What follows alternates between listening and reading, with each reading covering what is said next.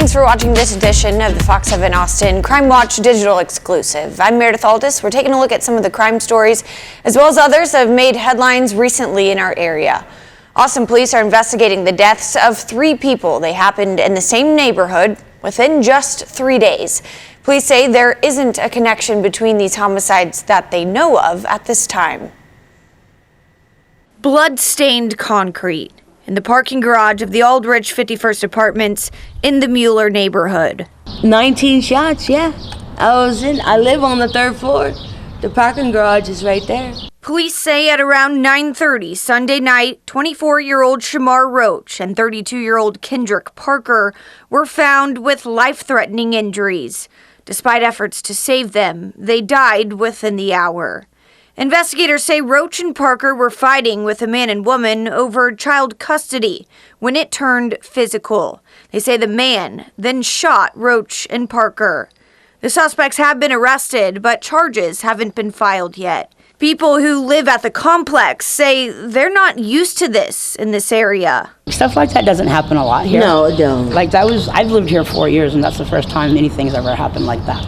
But just a few days ago, Angel Santos Martinez was found dead near a creek just down the street. The fact that the subject had been there for quite some time. Police say he had been shot, and whoever pulled the trigger hasn't been arrested yet. I am confident that we will find out who did this. Residents are on edge, though. I don't think a female that lives by themselves, that is a young lady, have all this happen and not be scared to come out. I mean, what am I supposed to think or feel? I'll probably be more cautious walking to the store in the middle of the night now. You better call me, girl. I'll go with you. We now know what caused a massive house explosion in Northwest Austin. The Travis County Fire Marshal's office recently released an initial report citing a propane gas leak. Though the report is not complete, we do know the blast caused damage to homes on the block. 2 of the 6 people injured in the blast remain hospitalized in critical condition.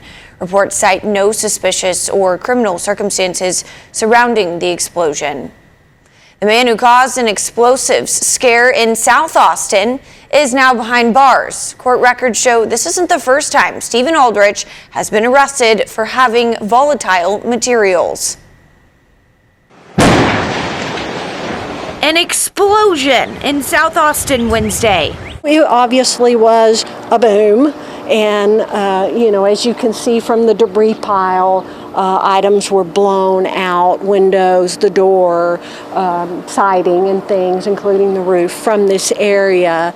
Austin police blew up this home on purpose. A call was received from a concerned citizen about potential bomb material inside of a residence. When police went inside this condo in the Gabardine neighborhood, they say they found explosive materials. This was such a quantity and the volatility of the chemical consideration that we decided that the safest thing would be to do a controlled detonation inside the house so that we weren't moving this across the city of Austin, endangering anyone in a vehicle, pedestrians, or additional homes. Residents were evacuated and streets nearby were blocked off while multiple agencies executed a controlled detonation. The man police say are behind the explosives, 66-year-old Stephen Aldrich. Our SWAT team and our EOD is familiar with him and his bomb-making shenanigans from the past. In 2015, he was arrested after officers say they found a short-barreled rifle, which was a prohibited weapon, components of explosives, and small explosive devices. While speaking with him, he said that he was making homemade fireworks. Then in 2018, an explosion brought police back to his home in Leander. Apparently, Aldrich lost his hand when volatile substances he was mixing ignited. He was sentenced to 6 years in prison. Aldrich had about 2 weeks left of probation this go around. You think about the potential for this incident and what could have been, this was stopped. Aldrich's neighbors say they didn't expect this. No one in the neighborhood had any idea. They were very quiet, older people, and so just don't know. But I'm grateful that it was found out and that law enforcement, fire, EMS was able to come in and take care of the hazard. Police are searching for a sex offender in North Austin. We're told after dismissal at Anderson High School on April 16th, APD was called about a man attempting to talk to students at a bus stop across from campus. At the time, police didn't have enough evidence to arrest the man, but later found out he was a sex offender. He's described as a 43-year-old black man around 6 feet tall, 250 pounds. He has short hair and a short black and gray beard. If you see this man, call Austin Police or notify Austin ISD Police.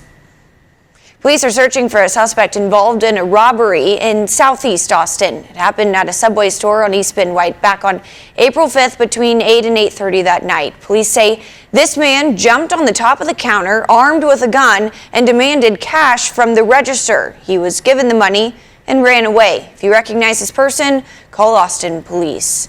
It's been 9 years since UT student Haruka Weiser was brutally murdered on campus. Since then, an advocacy group of UT parents has been fighting to make safety improvements on campus. A body found in a creek on the UT campus. It was April 2016. It's hard to believe it's been 9 years. Sorry, it makes me emotional. It's a lot. Joelle McNew remembers that day. Around 10:30 in the morning, my son was a freshman at UT and he called me asking me to look up, search what's happening on the UT campus. He wasn't describing it, but I could tell something bad had happened. An 18-year-old UT freshman had been raped and killed. Her name was Haruka Weiser. For her family to entrust our city and our university with her, and for her to fall in love with UT, and for this brutal, tragic murder was just too much. McNew says a group of UT parents wanted to make a change. It was really a call to action to us. We can't just sit there and keep talking about it. We need to do something. The advocacy group Safehorns was created. The first thing we did is parents and students came together. They looked at lighting on campus, vegetation, door locks, all of the physical security, and what caused them fear. From there, they went to work. In 2020, the University of Texas System Board of Regents allocated $8 million for improvements to the West Campus neighborhood. Since, lighting in the area has been overhauled to eliminate dark areas that were crime hotspots. The West Campus Ambassador Program, which consists of a safety, cleaning, and hospitality team, was also implemented. And Safehorns opened Safehorns Place on campus to host self-defense workshops and crime prevention sessions. All of us making these small victories along the way leaves a legacy for future students that we will 100% with pride say, yes, your students should be proud to go to UT. It is safe to go here. We are watching out for each other. We are committed to that. She says she hopes they can be guardians for others, as Weiser's father fights to ensure his daughter's killer never gets out of prison. We will never know how many women plan to rape or murder, but the arrest and conviction of Mr. Kreiner means that he will never do this again. A teenage murder suspect in North Texas has been moved to an undisclosed location because of threats. Carmelo Anthony is accused of stabbing 17-year-old Austin Metcalf to death at a track meet in Frisco earlier this month. The 17-year-old suspect was released from jail on bond and placed on house arrest. A civil rights group says there's been an alarming increase in death threats. There's also been harassment targeted at his family's home. That includes disturbing mail, people circling the home and taking photos, and false food deliveries. Travis County is making strides when it comes to drug overdose prevention. Health officials are reporting a significant drop in drug-related deaths for the first time in years. Through a combination of grants, federal and local dollars, nearly $5 million were used over the last 4 years to address the crisis. Fox 7 Austin's Tan Radford has the details. County leaders declared accidental drug-related deaths a public health crisis in 2022. Monday, data from the 2024 Annual Medical Examiner's Report revealed a drop in drug-related deaths over the last year. For the first time in years, we're seeing a significant and measurable decline in drug-related deaths across our community. Fentanyl-related deaths decreased by nearly 36%, from 279 deaths in 2023 down to 170 deaths in 2024. Not only is the absolute number of fentanyl-involved drug deaths decreasing, but the percentage of all drug deaths involving fentanyl is also decreasing as well. The Travis County Medical Examiner's Office says the majority of drug-related deaths, 58%, are caused by a combination of drugs. Only 11% of deaths involved fentanyl alone. In 2023, there was a total of 486 drug-related deaths. Those numbers dropped to 380 in 2024. This is very good news and speaks to the efficacy of the interventions such as naloxone distribution and other harm reduction measures that have taken place over the past few years. County leaders say overdose reversal kits, training, and campaigns help with the prevention of drug-related deaths. This has truly been a community-wide effort.